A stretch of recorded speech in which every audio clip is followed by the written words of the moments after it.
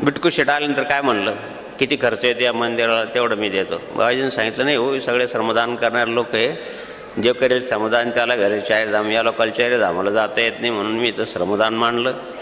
तुमच्या नको, तुम्हाला तर देवानं खूप दिलं आहे शेठ, पण यांना कुठं दिलं आहे, हे देतील तेव्हा दिल ना देव त्यांना. किती मोठा सिद्धांत आहे महाराज, काय म्हणायला पाहिजे. तुम्ही तर तुम्हाला देवानं दिलं म्हणून तुम्ही देवाला देतायत, पण यांना अजून देवाला दिलंच नाही, यांना कसं देईल कोणी, देव कसं काय देईल.